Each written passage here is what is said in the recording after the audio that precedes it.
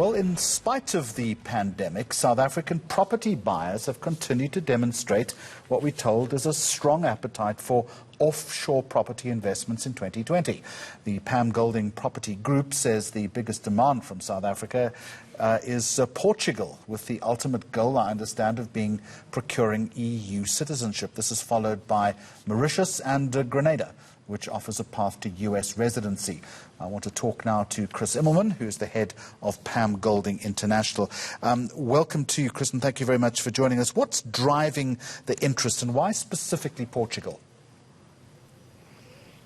Thank you, Jeremy. Interesting. Portugal is a European country, and it gives one access into the European Union.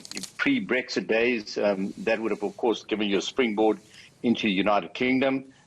That is not going to happen like it used to in the past, although there will be easier access for European people. So South Africans, like Europe, they want to be able to give their kids an opportunity to work, to educate themselves, to go and live in Europe. And Portugal is, without a doubt, the best route to do that. Your expertise isn't the legal side of it, but property. So I read that South Africans are looking at smaller cities within places like Portugal.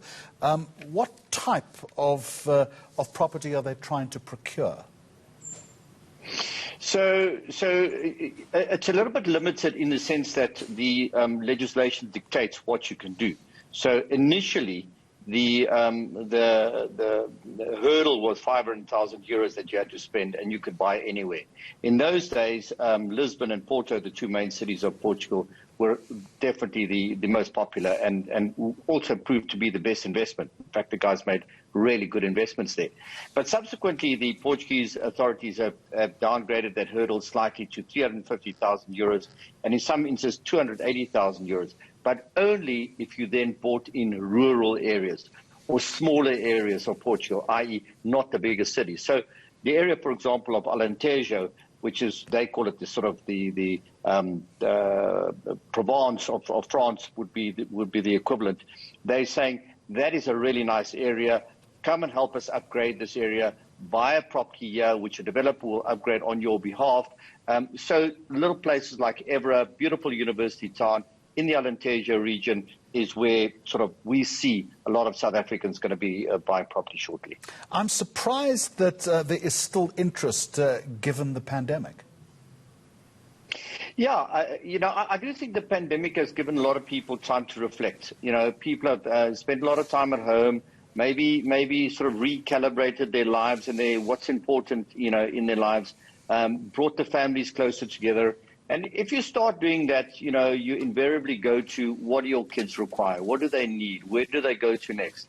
And one of the things that the Portugal Golden Visa does do, as I was alluding to earlier, it does lead you eventually to citizenship, European citizenship. And that opens up the entire EU for you to go and do work, live, study, and play.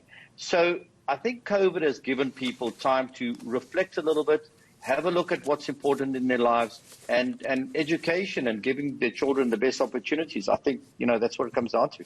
And if I don't want to go to Portugal, I can always go to Mauritius. Yeah, Mauritius has been a go-to for South Africans for some time, mainly because it's familiar. People have been there on holiday. It's relatively close. The proximity is easy. It's an easy commute there. And it's a soft landing. There's a lot of South Africans in Mauritius already. The English is widely spoken. The weather is very similar to what it is in South Africa. The legal system is very well developed. The banking system is well developed. Very good structuring in terms of people wanting to, maybe create trusts to build their family wealth in an offshore jurisdiction. That has provided an easy opportunity for South Africans. So it's been a strong business for us. It continues to be, and people will always say, what about Mauritius? Let's have a look at Mauritius. And some of them say, well, this is for me. And, of course, we help them that way. Thank you very much for joining us. That's Chris Immelman, who heads Pam Golding International.